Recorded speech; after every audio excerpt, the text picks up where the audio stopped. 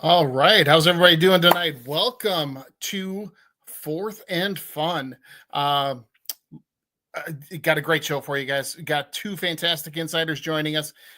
Can't wait to get started. But and that's NFL kickoff night.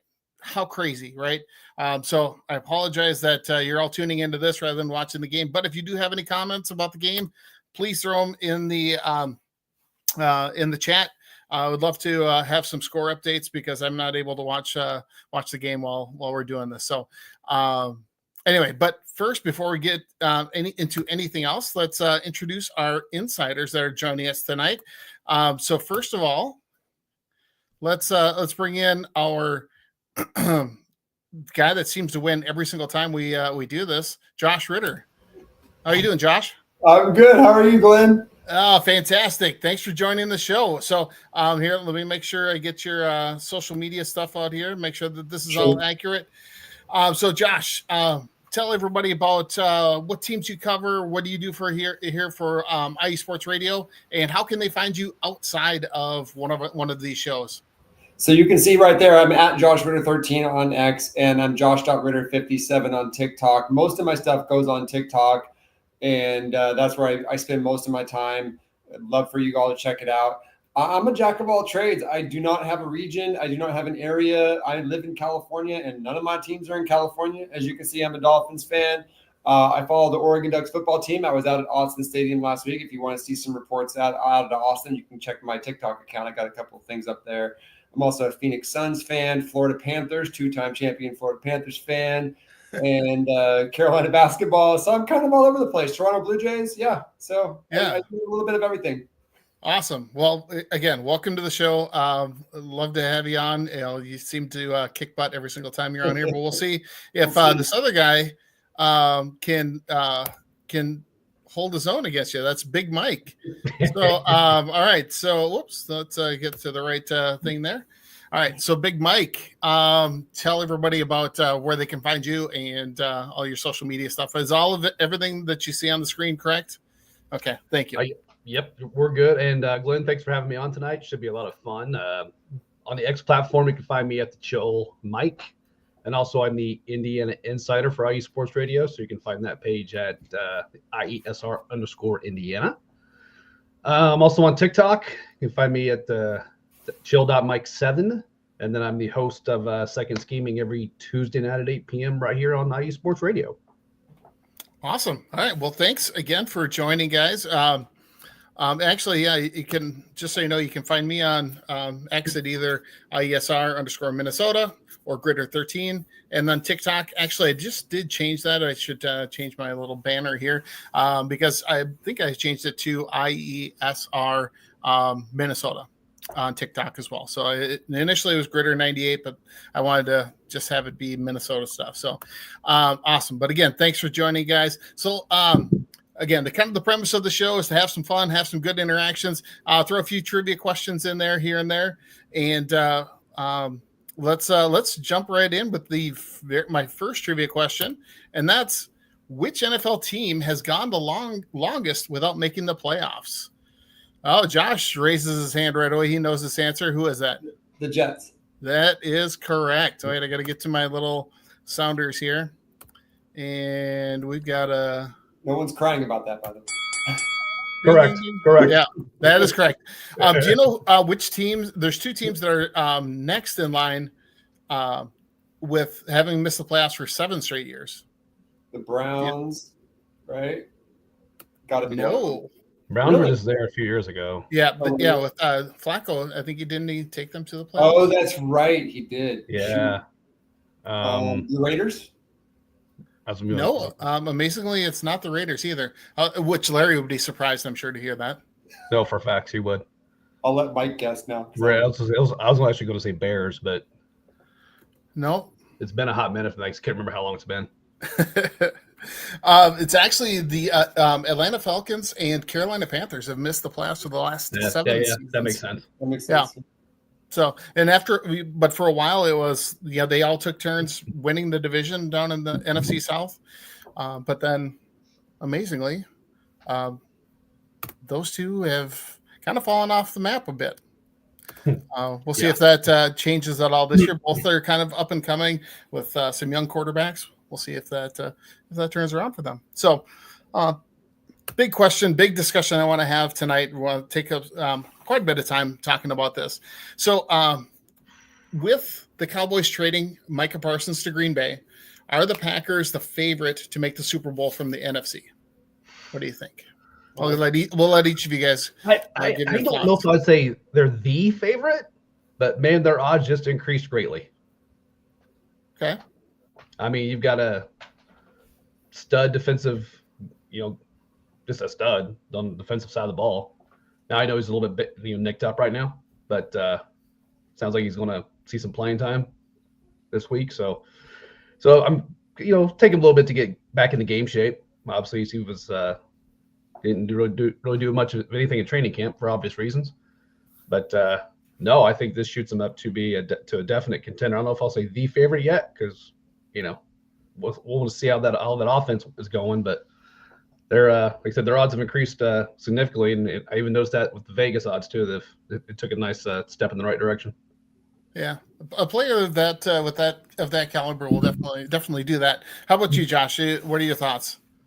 No, they're not the favorite in their division. Everyone wants to just write off the Lions like that was a one-off fluke.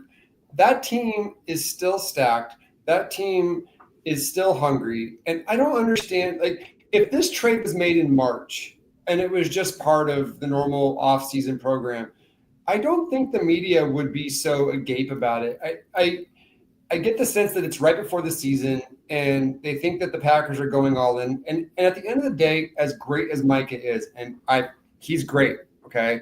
He's still a defensive player, and he's got an injury apparently that we don't know what that's going to be about.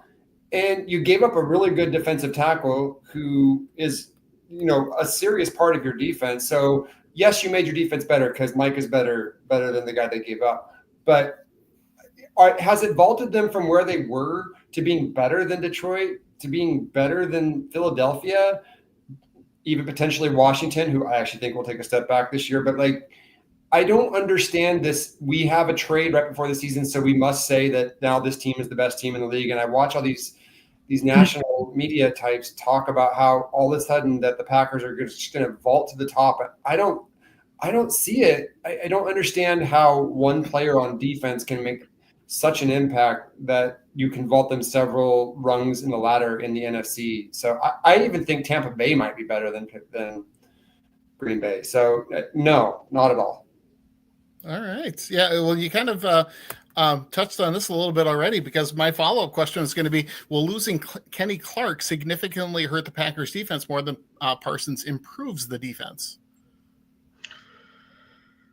Go ahead, Mike. It's going to hurt, but I actually think they're going to be okay. I do. Now, again, I'll reiterate, kind of taking a step back here a bit. I'm not saying they're the favorite by any stretch of the imagination, but I just think they vaulted themselves up a little bit. And fun little fact, Glenn, you may hate this. So I'm not trying to pour salt. I'm not trying to start. I swear. That's all right. But Brett Favre was 27 when Reggie White came in. They won the Super Bowl. Rodgers was 27. Yeah. Charles Woodson came in, won the Super Bowl. Jordan Love's turning 27. Micah Parsons is coming to Green Bay. Now, does that mean a damn thing? No. But I just saw it. That was actually kind of a nerd stat of the day, I guess. I don't know. I've heard that as well. Although I'd like to think, there's a big difference between Aaron Rodgers, Brett Favre, and Jordan Love. For sure. So I think you got to take a little bit of that with a grain of salt, especially here as a Vikings fan. But yeah, I get the point. Yeah. So anyway, we're going to assume. Josh, what are your thoughts there? We're going to assume Micah Parsons is healthy for this debate. Okay. Sure. So assuming Micah Parsons is healthy, I also think this is incorrect. I do think taking Kenny Clark off of that unit and putting Micah Parsons on it is a net positive. Okay. Don't get me wrong. Micah Parsons might be the best defensive player in the league. So to say that Kenny Clark is a net positive on Micah Parsons is asinine. But I don't know if he'll be healthy. And is it enough to justify the 2 first-round picks that you give up? No, it's not, in my opinion. And I think that the Cowboys won the trade because I think they get a good defensive piece in the middle to help keep, the run game under wraps for them. But is it a net positive for the Cowboys losing Parsons and Kenny Clark? No, just like it's not a net positive or it is a net positive that the Packers are gaining Parsons. It's just not enough to justify what they gave up. So I'm with you that Kenny Clark is a big loss, but no, it's not enough. Parsons is still net positive if he's healthy, but I'm just not sure he is. Yeah. Well, and I guess in my thoughts, as I was writing up that question, was, when a player of, like Micah Parsons, super talented, Mm-hmm. A generational type talent, but he can be game planned for. And I think, especially by running at him, and if you don't have a defensive tackle, a stout defensive tackle like Kenny Clark in the middle there to help stop the run and to tie up blockers, I think that Parsons can be neutralized. That's a fair point. That's because when you think about it, was Dallas a fantastic defense with Parsons? No, they were middle of the road, right? So if he was that dominant as one player on defense, like I think Myles Garrett can completely change the way an offense plays because he to me is definitely a step above what Micah Parsons is. And the other thing that I heard this Ben Lieber is on former Vikings linebacker and is on the morning show here in the Twin Cities. And he talks about how when there was the friction going on between Jerry Jones and Micah Parsons and not getting a contract done, he said that there really weren't any Cowboys players speaking up saying, hey, come on, get this deal done. There wasn't nobody from the defensive side of the ball was like, yeah, come on, we need this guy back. He wasn't that leader in the locker room on the defensive side, and is what he interpreted it as a former player. I kind of take that, I kind of hold that to be a fairly significant opinion. So that's where I think, I think Dallas is probably going to be more improved by adding Kenny Clark and being able to sign Deron Bland to a contract extension as a corner, and rather than paying Micah that contract. Anyway, but let's get to I have another question to go along with that. We've kind of touched on this a little bit. So with Micah's back injury, is he worth $47 million a year over 4 years? Because I know he's going to get an epidural before the game on Sunday in his back. But does that cause you any concern about his the health of his back for this season and even in the future? Because as a 26-year-old, having a back issue, that could really turn into a chronic thing if it's, just where he's just numbing it to get through a season. What do you think? I would like to think, and I'm not a Packers fan per se, that, man, you would think they would do their due diligence on that and have to think, okay, this can't be that serious. Otherwise, why would you do the deal to begin with? From what I've kind of read on this injury, it's more of it's inflammatory. It's painful. I've had similar, and it's not comfortable, but it's treatable and manageable. So I would like to think that if you're Green Bay, you saw that like, okay, this is it. It's there, but not reason for long-term concern or anything like that. So let's do the deal. Obviously, if it's a long-term thing, then somebody in Green Bay needs smacked repeatedly upside the head with a chair. Yeah. Well, first of all, I heard that the Packers weren't aware of that back injury when they traded for him. I heard that from sources that I watch. Like I don't have personal sources, so don't. I read the opposite, but you never. Yeah, you truly don't know. I heard that they didn't know that, so that's number one. Second of all, let's go through and talk about who do we actually think in today's salary cap position-wise, not player, position, is worth almost $50 million a year. Quarterbacks, obviously, right? Right. Yep. Maybe a shutdown corner, but probably not. Even a top-tier wide receiver isn't going to fetch almost $50 million. A top-tier pass rusher is in the low 40s. So is Micah Parsons going to affect enough wins over the course of a season to justify being what, 1/6, 1/7 of your cap? I don't think any defensive player in the league, honestly, is worth that kind of money to your team, just because at the end of the day, you're 1/11th of a unit that never touches the ball unless you get a turnover. And I just don't think it affects wins and losses enough to justify that percentage of your cap. It just doesn't make any sense. So no, I don't think any defensive player in the league, I would feel comfortable with, say, my Dolphins paying $50 million a year to, which is essentially what they're doing here. So no, I don't think he is. Yeah, and Josh, I have to agree with you there. I think, as I mentioned, it's a team game, right? Especially on defense. Right. All 11 players, like you said, have to be working together, and one player cannot or can't impact and turn the Packers defense into a top 2 or top 3 defense. Mm-hmm. So I'm there with you on that. Yeah. And I think that you're right on with the positions, potentially a left tackle should a shutdown Hall of Fame left tackle should be in that same price range as far as like the pass rushing defensive end, the Myles Garrett kind of category, or TJ Watt kind of numbers. But yeah, 47 seems a bit much. So I have one last question here, kind of along that same vein. So do you think this trade will turn out better for the Packers than the Bears trade did for Khalil Mack in 2018 when they got him from the Raiders? Go ahead, Mike. Yeah, that's a good question. I'm trying to remember exactly how well the Bears did after. I think they made the playoffs. They did. But I think here, I'm actually inclined to think that it'll turn out better for the Packers because the Cowboys are going to screw this up. That's just my thought there. Okay.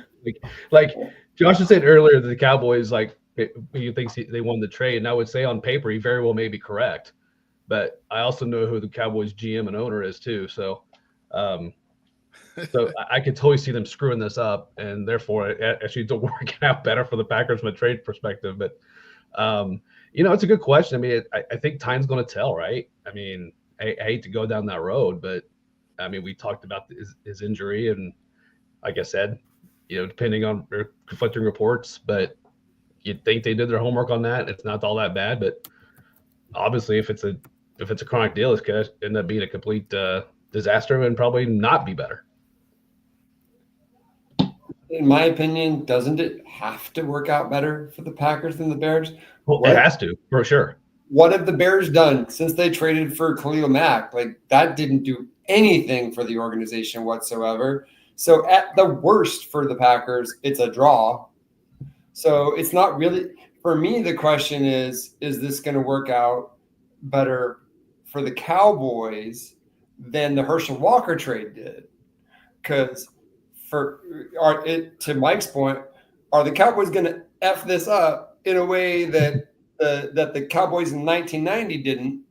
Because they got a haul for a defensive player. They got to clear a bunch of cap. They got 2 first-round picks for the next 2 years, in addition to their own first-round picks.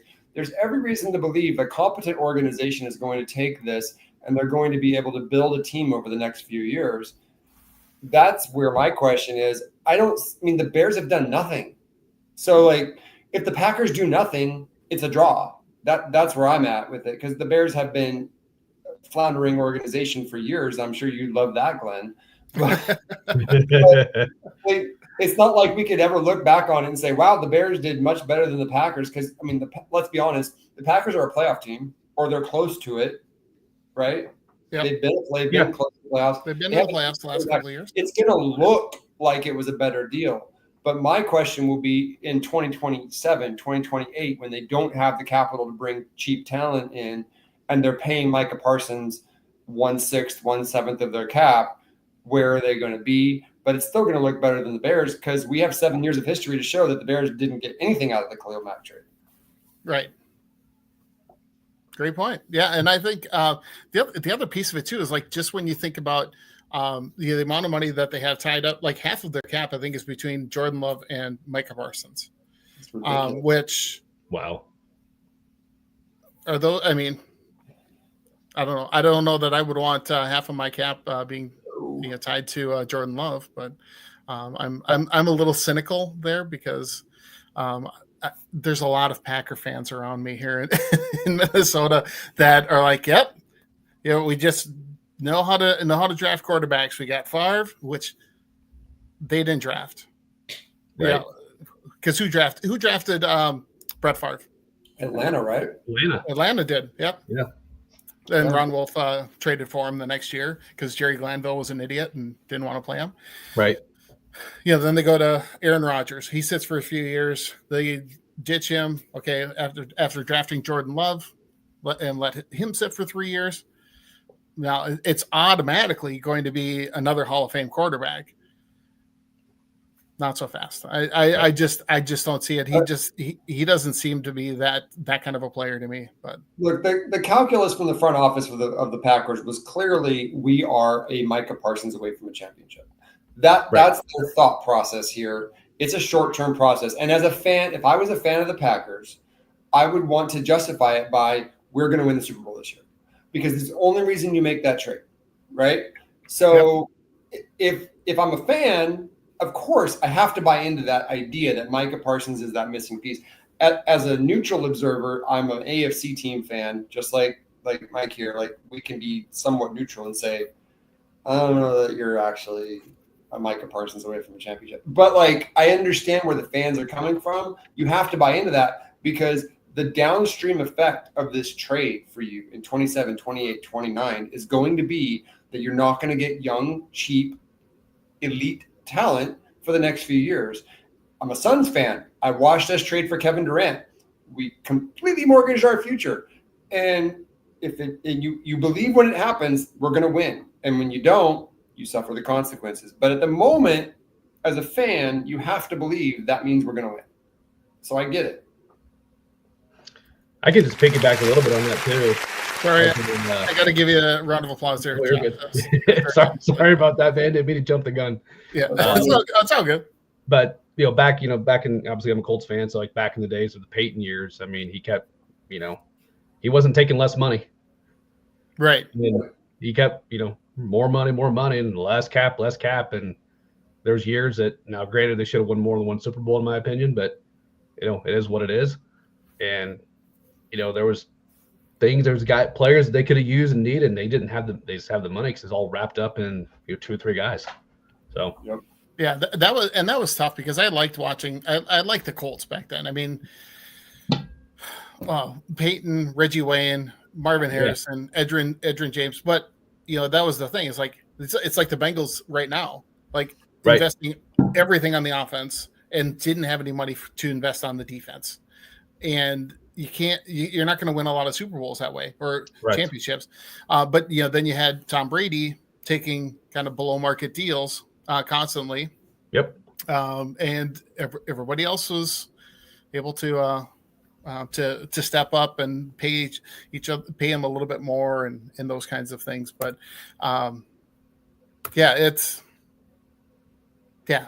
anyway, let's take a quick break. We're going to hear from some of our sponsors real quick, and we'll be right back here on Fourth and Fun here on IE Sports Radio, your direct feed for all that is sports.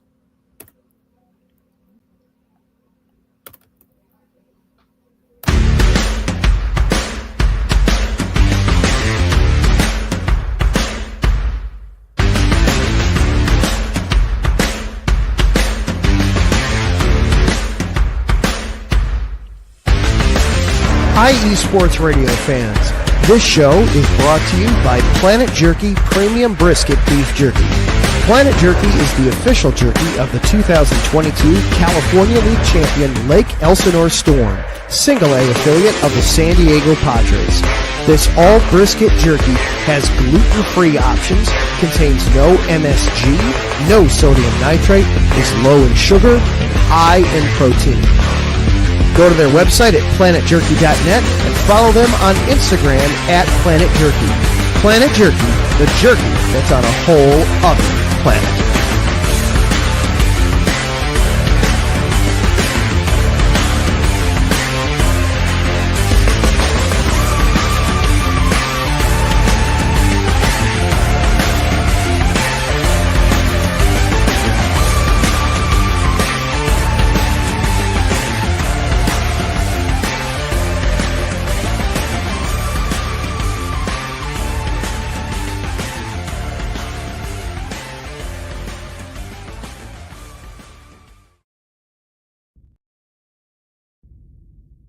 Rise and shine.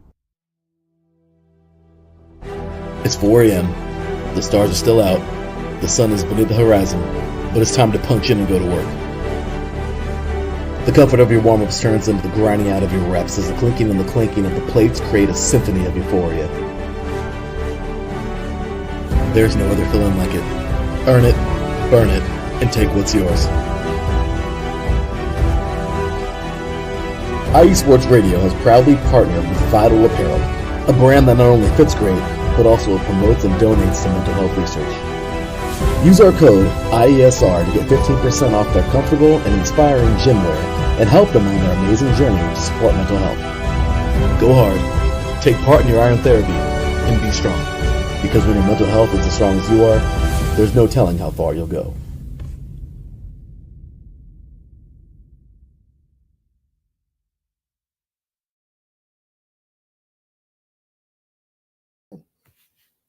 Welcome back, everyone.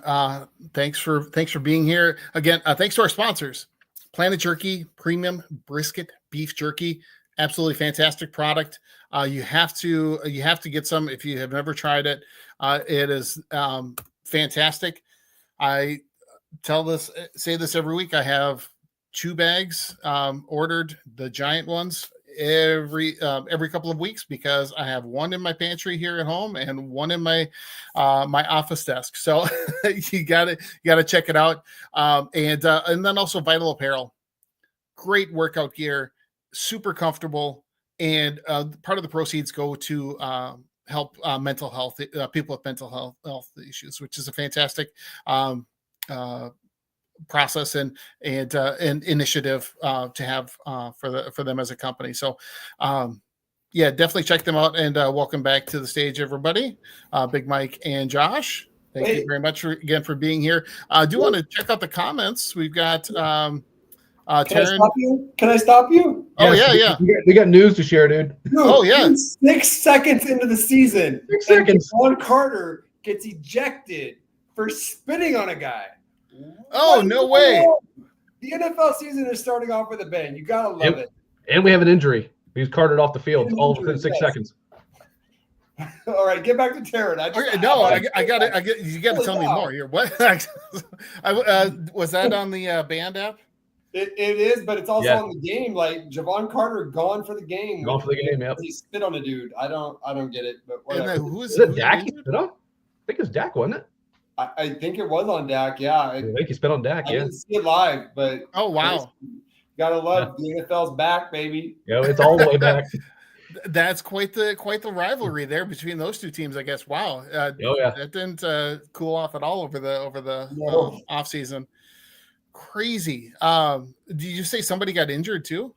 Yes, some special teamer. I don't know his name. Ben. I didn't see the name, but he was being carted off. Oh, crazy. Okay. Wow. Well, thanks again to those joining the show. This is from earlier, Taryn. Say good evening. Thanks for joining Midweek Media yesterday. Taryn, thanks for having me on. It was a blast being on the show. And he also said hi to Mike and Josh. So again, thanks for being on here, guys. So let's go to another quick little trivia question here. We're going to switch sports. Even though obviously it's football season. Quick question here. Who are the only NBA players to average a triple-double for an entire season? Josh. Josh was on that. Russell Westbrook is one of them. I know that for a fact. That's correct. I don't know the other ones, but that's one I know. There's one other one. And Russell Westbrook did it a couple of times. Yeah. I don't know the other one. More old school. I know he played in the 70s or something, right? Like I remember hearing about it, but I don't know his name. Yeah, I'm drawing a blank here too. I was going to say like Wilt. No, Oscar Robertson. Oh yeah, There you go. Yep. Yeah. Okay. So Yeah, not bad.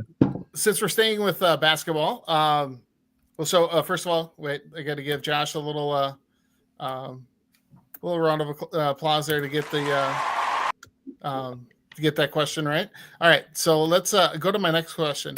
So, if you've heard about the whole Kawhi Leonard scandal going on about them circumventing the salary cap to pay him $28 million. So if you haven't heard about that, there is a story going around where there's a company that Steve Ballmer was heavily involved with, paid $50 million to that company. And they paid Kawhi Leonard $28 million to be a sponsor or a spokesperson, but not actually be in any kind of ads or anything like that. There's no work sponsorship. So yeah, sponsorship, right? So what do you think the penalties are going to be from the NBA after they sort through all of this investigation? They should make Kawhi Leonard go back and play in Toronto. There's my opinion. All right. No, I mean that's a great question. I mean, because obviously this reeks of, oh well, we're going to avoid the cap, and this is how we're going to get around it, and we're going to get you this much more money. And I mean, yeah, I'm really intrigued. I'm not sure what'll happen when it comes to fines and draft picks, whatnot. But I'm really intrigued to see how the NBA handles this. What do you think, Josh? Did David Stern take over the league again? No, but yeah, maybe he'll his if David Stern, Walking Dead impression. If David Stern was the NBA commissioner, yeah, this would be a problem, and they would deal with it. Adam Silver is the most feckless commissioner in all of sports. He doesn't punish anybody for anything. Of course, the Clippers are going to go do a roundabout on Adam Silver because he doesn't punish anybody for anything. Like, he just wants to be everyone's buddy. So no, nothing's going to happen. It's going to be a nothing burger. The NBA is going to pretend like it didn't happen, just like they do with everything in the NBA. Whenever something bad happens, they just shove it under the rug and they just keep moving because Adam Silver has no backbone.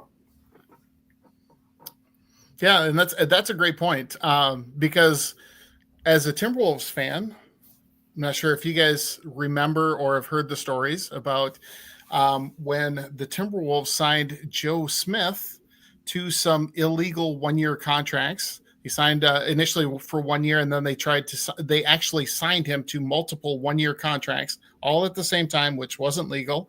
And then in an effort to get those bird rights so that they could give him a large contract after those three contracts. The NBA found out about it. David Stern found out about it. They voided all those contracts, made him be a free agent. The owner was suspended for a year. Kevin McHale, who was the general manager, was suspended for a year. They were stripped of initially 5 first-round picks, and I think they cut it back to just 3 or 4. I think it was 4. And then also fined the team like $500,000 or something like that. And that was in the late 90s-ish, mid to late 90s, just after when Kevin Garnett was, in his prime. Because they were in the same draft. They were both in the 95 draft. If the Clippers don't get their hands slapped like that, then as a Timberwolves fan, I'm going to be pretty upset. I mean, the precedent's already there when you're Right. doing things, circumventing the salary cap. It shouldn't be less than that. We could Especially do when a it whole seems to be as show. blatant as it was. Yeah, we could do a whole show on the difference between how David Stern ran the NBA and how Adam Silver runs the NBA and how that has affected the popularity of the NBA. I have plenty of opinions on that, but it has not been a well-run organization for several years. And of course, teams are going to take advantage of the system because there's no repercussions. Yeah, well, that's going to be a tough pill to swallow, I think, for all the other NBA teams if Agreed. if they don't do something significant, in my mind, because otherwise people are going to be like, all right, fine. Well, I think they have to, but I can see where Josh is coming from. Yep. I mean, it's going to be crazy if they don't do something big there. All right. Let's see here. Check my notes. So one thing that I didn't really put a banner together for, because I've been so busy this week. It's the first week of school for me as a food service director, and today was the first day where all of the kids were back in school because they have kind of a staggered start. So I've been scrambling a lot today. But understandable. one question I guess. Oh yeah, let's throw this one out there. Just is Bill Belichick in over his head in North Carolina? for a little while here. Oh, but there's a bunch of new players and a bunch of transfers, and it's you got to give him time. And oh wait, I thought he was the best of all time, and then you guys got rolled. You got curb stomped. What are we doing here, guys? Sorry. That was great. I wait. Just a second here. I gotta go here.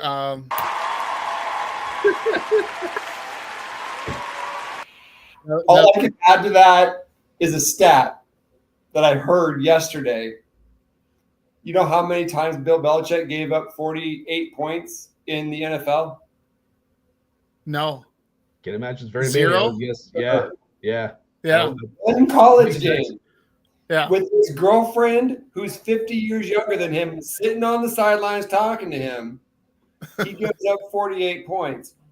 And this is so predictable. This guy does not care. He's in it for whatever he's in it for. I don't even know what he's in it for, but he clearly is not in it to be a college football coach.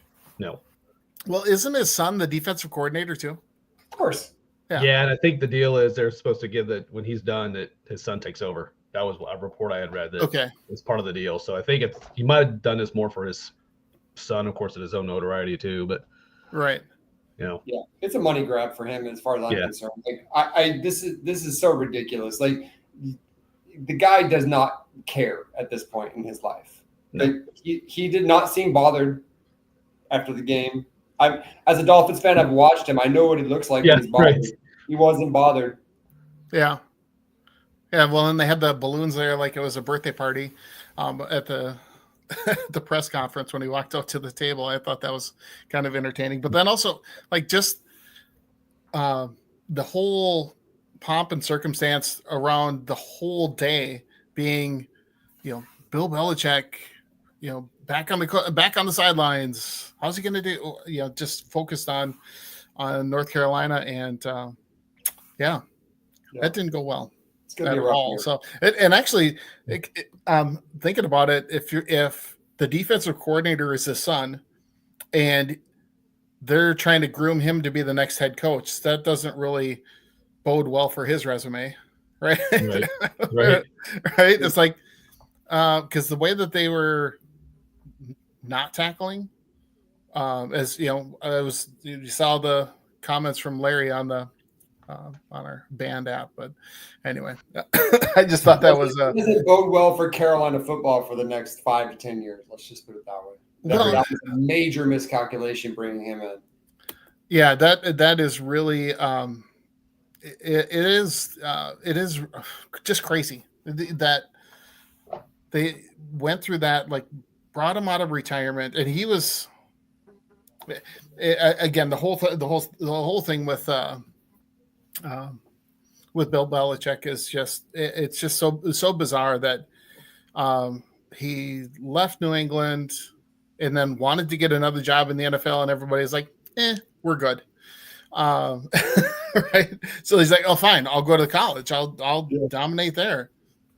There's a And reason why they're good. Like, I've watched Don Shula slowly fade to nothing. Like, it is what it is. Like, you get to 70 and just can't relate to 22-year-olds. Yeah. It is what it it's sad to see. Now he's trying to relate to 19-year-olds. Yeah.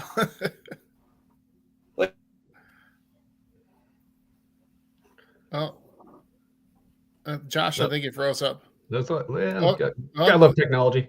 Yeah. All right, there you go. We got you now. No. Okay. You got you moving there. Yeah. I mean, heck, I know that. I mean, my kids are 19 and 22, and trying to relate to them, and not, is not easy at all. So I get it. But yeah, I don't know. It was actually saw a going off on a tangent here a little bit, guys, but there was an interview with Dennis Leary with Rich Eisen talking about draft day, and he was asking him, and he talked to Bill Belichick as he was preparing for that role as the head coach, and he showed him the script, and there was if you've seen this, have you guys seen that movie, Draft Day? Yeah. Oh, yeah. Kevin Costner. Oh, yeah. Okay. I like to watch that pretty much every year right around the draft. So anyway, but there's the part in the movie where they talk about the playbook, to give it to him, and the $100 bill taped to the last page, and apparently Bill Belichick said, "Hey, that was me. That was he did that. He started that." Was what he claimed when he was with the Jets. Sure, he did. Yeah. Yeah. Because apparently they did get that idea from a former Jets coach, but for the people who wrote it anyway. There was something else. 7-7, by the way, for the game right now. Yeah, 7-7. Okay. Yep, Jalen Hurts just got a rushing touchdown. Oh, okay. Well, it's good for one of my fantasy teams. Yeah. Not for. Well, I don't think I'm playing against him. I gotta check my. I somehow got roped into 8 fantasy teams. I have like every play something that's affected both ways. You poor guy. Yeah, 8. There's no way I'd be able to keep up with that. I can barely do 2. Yeah. They got that. I'm very busy. So okay, staying with college football, and I don't have this as a little banner to put up, but is Arch Manning way overhyped, or did he just have a bad game against a really good team? Let me start. Okay, Mike, let me start. Yep, go for it. Yes, and yes. Okay, he is way overhyped. It's not his fault. His last name is Manning. There's no way you can be the last name Manning and not be overhyped.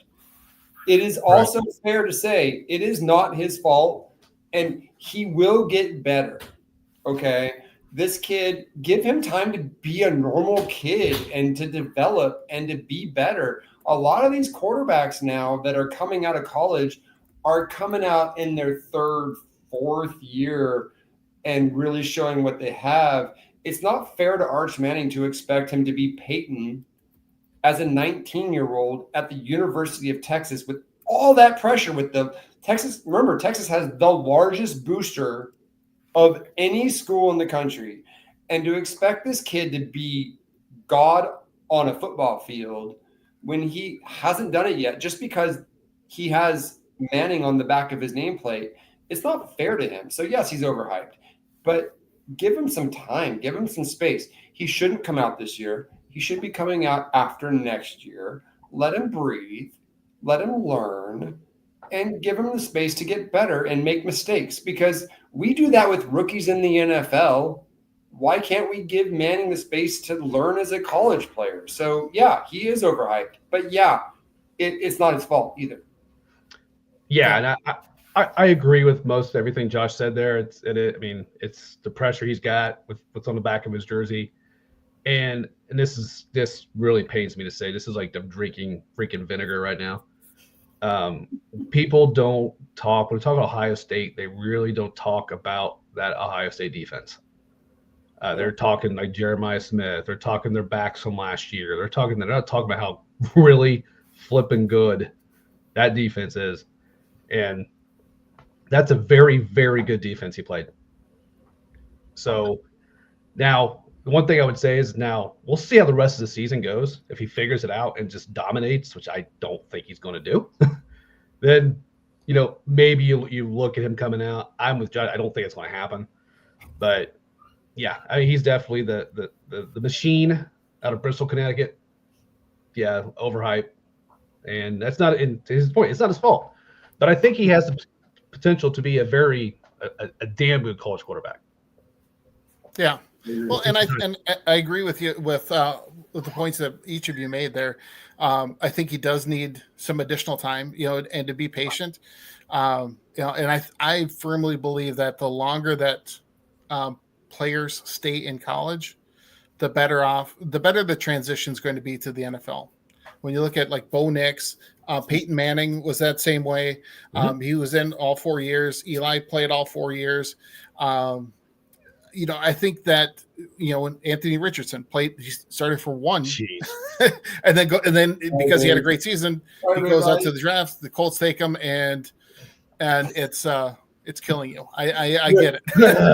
It's going to be my example. It felt like he played in college football for 10 years before he even came to Oregon, and he developed into this really good quarterback for 1 year, and then he went to the NFL. He was ready to go. Yep. You know what I mean? Like, and if Auburn Bo Nix was the sum total of who Bo Nix was going to be, he never would have made it to the NFL. So you got to give these kids time.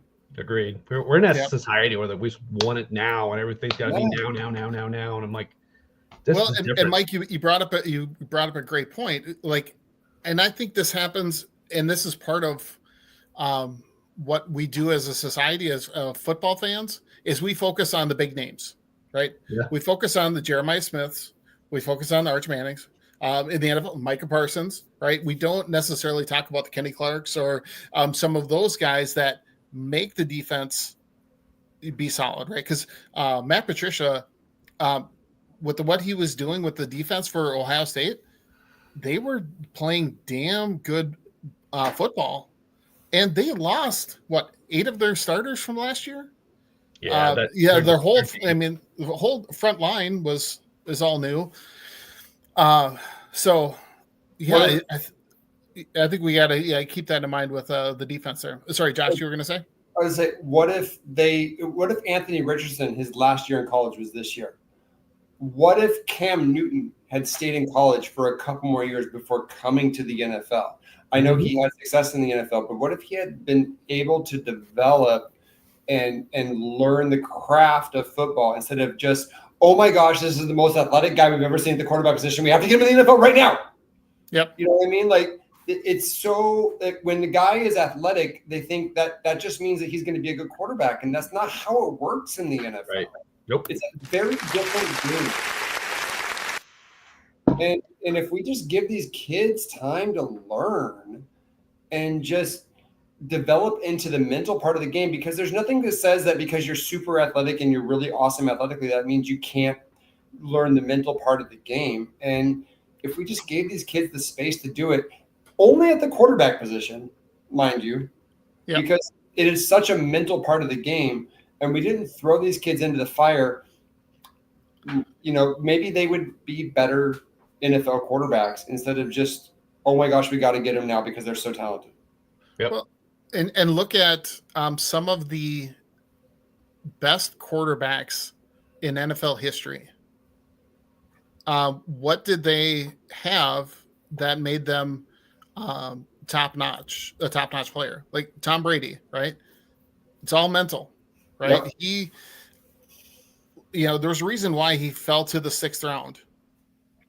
is not impressive physically at all. Can't move very well. Doesn't have the strongest arm. But boy, I mean, when it came to knowing where to go with the ball, being able to read the defense, being able to be accurate with the throws, those to me are the three most important things. But everybody always focuses on, oh my God, this guy can throw it 80 yards in the air, or this guy can run a 4.3 40, or this guy's 6'6", 230 pounds, and or whatever. Can you imagine if Zach Wilson had access to the transfer portal and he could have gone to a school like Alabama or Texas and competed against top flight talent for 2 years instead of being stuck in Utah? Like, there's so much development that doesn't happen because you see a big arm or you see an athletic guy. Yep. And they just throw him into the NFL. Well, and just hope. Oh, sorry. Hope that it works. Zach Wilson is a backup in Miami because no one bothered him. Well, yeah, I mean, you can count. Look at all the quarterbacks that have flamed out because they were pushed into the spotlight too quickly. Hell, Sam Darnold, the Vikings benefited from that last year. Mm-hmm. I think Daniel Jones was pushed in pretty quickly because the fans were clamoring for, hey, we spent this high draft pick on this guy. Let's see what he can do. And it ruins them mentally. They get shell shocked. They Mitch Trubisky, you can go down the list of all of these quarterbacks that they get hit so much that they can never recover. And you can look at it from another perspective. We're watching right now Jalen Hurts, who every college team wanted to throw away, and he kept developing, and he just kept working, and he got into the right situation, and he's smart, and he makes the most of his talents. And so when a guy has the ability to grow and learn, and they aren't pushed too hard to be the man, like Dolphins have Tua. Jalen Hurts was pushed out because of Tua, and he went to Oklahoma and he did his thing there, and then he got to the NFL and he had a chip on his shoulder, and he had learned through some failures in college that I have to have that chip, and now he's flourishing. So the quarterback is such a mental position, and I think a lot of colleges and pro teams have forgotten that, and that's really where it's at. If you look, like you said, the best quarterbacks in the league in NFL history largely were tacticians. They were not the most athletic quarterbacks ever. And just to piggyback on that point, talking about the Peyton Manning years earlier, he actually just recently did an interview and said pretty much that exact same thing. It's essentially like quarterback malpractice. Yeah. How these things are, how they're not being developed, or they're being rushed and they're being pushed, and they miss out on taking those snaps, repetition, to learning to read a defense the right way, to knowing where your guy's going to be at the right time when you're making that throw, and et cetera, et cetera, et cetera. And we're seeing too much of it, quite frankly, in my opinion. So, I mean, I agree with everything that's been said. Yeah. Well, and I guess to go back to Arch Manning, the other thing with him, against him coming out early, is he's going to take a pay cut getting drafted first overall. So stick around in Texas as long as you can. You're getting paid better, and you're learning, right? Right. You want to be a successful Hall of Fame quarterback. I think those are the kinds of things you got to kind of go. And hopefully NIL actually allows for that it gives these quarterbacks the space to stay in college because they're making money and they can just learn and grow and get ready to deal with NFL defenses, which is a whole other level. Mm-hmm. Yeah. Well, and trust me, the Manning family is not hurting for money. So I think that they'll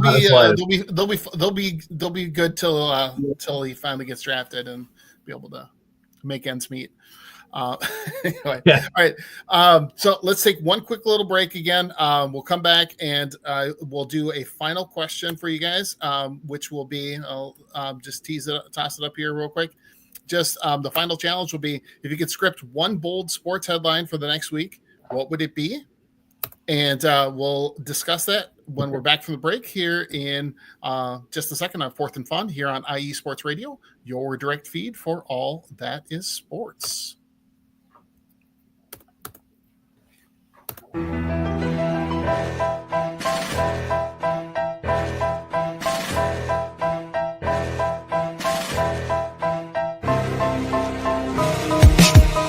For the last 10 years, IE Sports Radio has been bringing you amazing content ranging from interviewing legendary athletes, coaches, and other authorized media personnel to building tailor-made shows dedicated to all major sports cities around the country.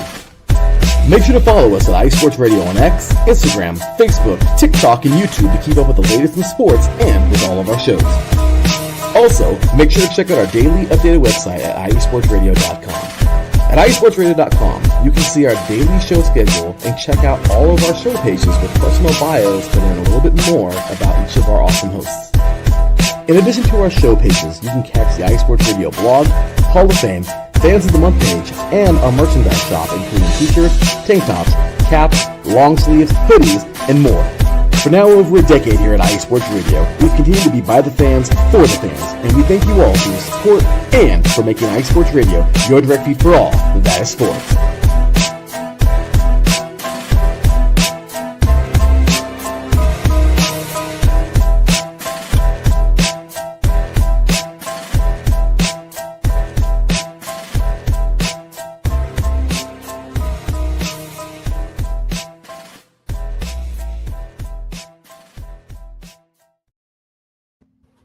All right. Welcome back. Again, make sure that you follow us all in IE Sports Radio on X, Instagram, Facebook, TikTok, YouTube. We're blowing up on TikTok. So if you got a TikTok account, check us out. We got a lot of great videos going on there every day. People are across the country throwing up little short videos, talking about their team, what's going on in their area. So check them out. All right. But, guys, I talked about this before we went to break. And again, thanks to IE Sports Radio for having me on and allowing me to do the show because it's a blast. I love doing this. I love interacting with you guys and talking sports. I could go on for hours, but we're limited on time. So, real quick, each of you, if you could give me a bold headline that you think will happen by next week at this time. Josh, I'm gonna let you go first. So, if you all don't know, my team and Mike's team are playing each other this weekend. I knew it. That's what I was hoping for, brother. And so there's a player that was a Dolphin for a minute. Yep. And now he's a Colt. And the headline's going to be Jalen Waddle burns Xavier Howard for multiple touchdowns, long touchdowns, and is the leading receiver in the NFL after week 1 because Xavier Howard hasn't played football since 2023, and the Colts are making him one of their top cornerbacks. And I think by the end of this season, Jalen Waddle is going to be the leading receiver for the Dolphins and one of the best receivers in the NFL. They're going to show who he really is, and I think he's going to burn the heck out of Xavier Howard this weekend, and he's going to have well over 150 yards and 2 touchdowns. So it's really funny because to flip that, there's a guy by the name of Juju Brents who was he was actually a local Indianapolis kid, went to Warren Central High School before he go to Kansas State, came to the Colts, and now he's in Miami. Now, granted, if he plays more than a quarter, I'll be surprised. He'll probably get hurt. But I hate to wish that on people, but that's just been his unluckiness. I mean, I feel bad for the kid. I mean, I really actually hope he does well for Miami. I really do.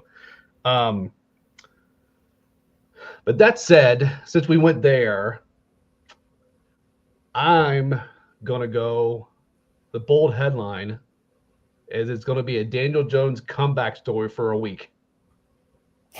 Oh. For a week. I think after that it might be it. But I like the Colts skill players against Miami secondary. I actually think this game could potentially – if this game goes like 34-31, something like that, I wouldn't be shocked, like at all. I'm really interested in – because I'll give Josh credit. He may be right. I mean, this is a whole new defensive scheme for the Colts. New players, new scheme, new everything. So who the hell knows how it's going to work out? But just for good friendly banter, what Nana will say, it'll be a Daniel Jones comeback story for a week, and he has a great game, and the Colts win a high-scoring, very close, high-scoring game. But the Daniel Jones thing, people going crazy. It's all you have to do. Hey, And then probably not after that. he ain't lying. We got issues at cornerback. So Yeah. if Daniel Jones didn't do it, that's going to be against us. So Well, and I would love to see Daniel Jones play well, because the more that he plays well, the better the draft pick Helps Vikings. come to the Vikings.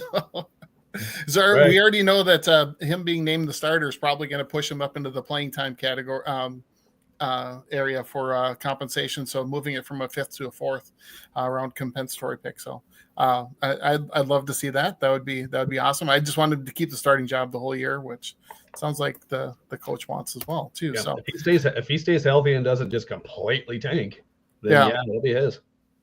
awesome. All right. Well, okay. So go ahead, Josh. 14-7 Cowboys right now. If the Eagles lose their opener, what does that mean? I don't even know. Ooh. I I got CD Lamb in one of my leagues, so I gotta. It wasn't him getting a touchdown, but that's good. Sirianni's been beaten by the Philly mob after the game. Yeah, I mean Yeah, that's right. that's kind of crazy. So, all right, so I got to pick a winner. And you know what? You think it should be? You think it should be Josh? I'll give it to Josh. You think I should give it to Josh? So Or you he'll should be the we're gonna rookie. finish undefeated there, Josh. Yeah, All let right. him have it. Yeah, I mean, he's so gonna yeah. lose. He's gonna lose on Sunday anyway, so let's give him this one. Awesome. Well, Hey now, all right, hey Josh. now. Yeah, that was let's say. Hey now. Go ahead. Oh, the Dolphins. All right. Where's my Metallica hat? Never mind. Oh That's yeah, what it is. yeah. There you go. I got to show I didn't wear any of my Vikings gear or anything, but awesome. Yeah. So Josh, great job again. And as we're finishing off the show, I have an announcement to make. So you can join me next Wednesday, not Thursday, Wednesday, 8 p.m. Eastern. We got a new fantasy football show starting up that I'm going to be hosting, and Josh is going to be joining a lot, and hopefully every week. But we're going to talk fantasy football. We got all kinds of things that we're going to talk about. Perfect place to get all of your fantasy football information before the first game of the week. So definitely tune in for that. Thanks to everybody that's watching. Thanks to Mike and Josh for joining me this week. I'm going to miss not doing the Fourth and Fun, but I'm trying to come up with a name. I think we're probably going to go with Fourth and Fantasy, but we haven't set on anything yet. We're going to have to run that all by Larry and get some graphics put together and stuff like that for next week. But looking forward to talking fantasy football. As you can tell, I love throwing my opinion in there. So just asking questions was fun, but I also have to always throw in my opinion. So I think when we're talking fantasy football, I can give my opinion on who I think should be your starters, talk about injuries and matchups and players to avoid, players to under the radar players to start. All of those kinds of things is what we'll be talking about next Wednesday, 8 p.m. Eastern, 7 Central, 5 Pacific. Thanks for tuning in, everybody. Have a wonderful week, and good luck to your teams this weekend. So between you two guys, you can fight it out as to who's going to win on Sunday. I will be at the game. Oh, awesome. Very cool. Yeah, you know. I was on last night with Adam talking about the Bears Vikings game on Monday night, which I'm looking forward to. I think that the Vikings are going to win. He thinks the Bears are going to win, but we both think it's going to be fairly low scoring. But anyway, so tune in. We'll talk about all of those kinds of things next week. Again, thanks for tuning in to Fourth and Fun. Be sure to check out our sponsors and take care, guys. We'll see you next week.